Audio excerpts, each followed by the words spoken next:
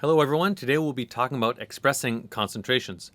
The first type of concentration we need to talk about is molarity. That's moles solute per liter of solution. We have molality, which is moles solute per kilogram of solvent. So for kilogram solvent. Now molarity we tend to use for yield analysis when we try to predict how much of something will be produced. Or molality we use for the physical properties. Parts per million is another form you'll heard. This is a mass fraction, grams solute per million grams of solvent. This is typically used for solutions of very low concentration. Mole fraction is a composition ratio by particles, and of course there are no units this way. It's what fraction of the solution is each particle composed. So the mole fraction of water, for example, might be 0.127 in some mixture of gases. Perhaps a water vapor makes up 12.7% of the total solution. Let's explore these measures using several examples. This first example is about molarity. We're going to dissolve 4.21 grams of potassium chloride to 850 mils of solution. This is a typical unit analysis problem we've seen many times before. Ensuring that we wind up with moles of potassium chloride per liter, we wind up with this 0.0664 moles, or the concentration of potassium chloride is 6.64 by 10 to minus 2 molar, which is moles per liter. Here we have molality, and we're going to require the mass of solvent for this and not the volume of the total overall solution. In order to do that, we'll start with 13.4 grams of the sodium oxide here. Use now the molar mass of sodium oxide, 62 grams in 1 mole. We'll divide this by the 1.600 liters of water, the solvent. Notice this is not the overall solution. And we'll make that into a mass using the known density of water here. This winds up as, if you check all the units, moles sodium oxide per kilogram water, it's 0.135 mole per kilogram. Or we could say the concentration of sodium oxide is 0.135 molal. Notice this small m here means molality. Here's another example of molality, and this one we're going to dissolve 127 grams of pentane into 728 grams of carbon tetrachloride. Now pentane, as you remember, is C5H12, so now let's do the math. Here we have our pentane. Now we'll need the molar mass of pentane at 72 grams in 1 mole. We'll divide that by the mass of the carbon tetrachloride that we're dissolving the pentane into, 0.728 kilograms, and this winds up with a 2.42 molal solution. That is, there are 2.42 moles of pentane per kilogram of carbon tetrachloride in this solution. There's our final conclusion. The concentration of pentane is 2.42 molal.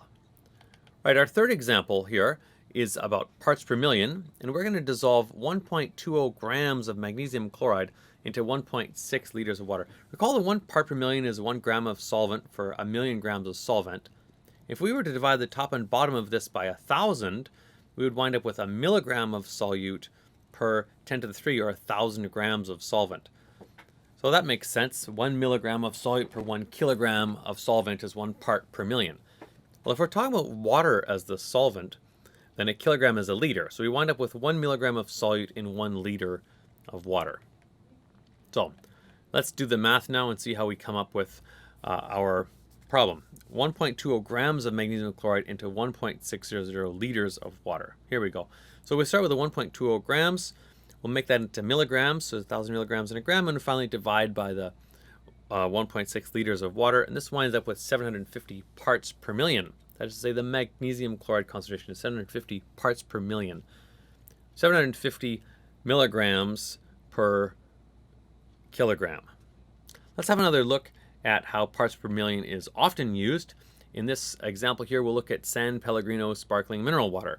Here we see that the sulfate ion is at 410 parts per million in San Pellegrino water. Our question is, what's the molarity of that sulfate ion in this sparkling water? Just remember, we said above that 1 part per million would be 1 milligram per 1 liter if we're talking about water. So in order to do that, let's just make a conversion here. We'll take 1 milligram in 1 liter, that's 1 part per million.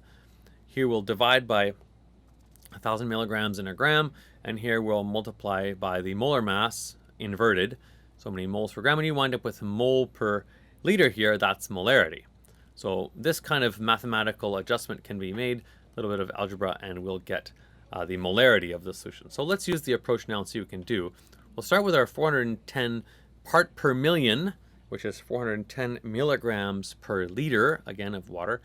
And there's 1,000 milligrams in a gram. And 1 mole of sulfate ion is 96.1 grams of sulfate ion. This winds up as 0.00427 moles of sulfate ion per liter of solution. We would say that the concentration of this is 4.3 by 10 to minus 3 molar. In other words, a 410 part per million sulfite ion solution is equivalent to a 4.3 by 10 to minus 3 molar sulfite ion solution. These will be different for each solute. In our fourth example, look at mole fraction. Here we have 12.2 grams of oxygen dissolved in 65.8 grams of nitrogen. For both oxygen and nitrogen, we'll work out how many moles there are. So we'll just use the mass and the molar masses, work out how many moles of each gas there are. This turns out to be 0.381 moles of oxygen and 2.35 moles of nitrogen. We'll add these numbers of moles together and divide each of the previous values we had by the total. So that the total fraction, the fraction of the total mixture composed of oxygen is 0.140, and the fraction of the total mixture composed of nitrogen is 0.860. So the mole fraction of oxygen is 0.140, and the mole fraction of nitrogen is 0.860.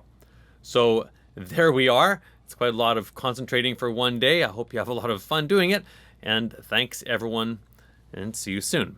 Please be sure to have a look at the next 2 videos on our playlist, and most importantly, stay tuned for our next lesson in Chemistry 11, lesson number 27, the colligative properties of solutions. This is my dad's YouTube channel. It's awesome. So like, comment, and subscribe.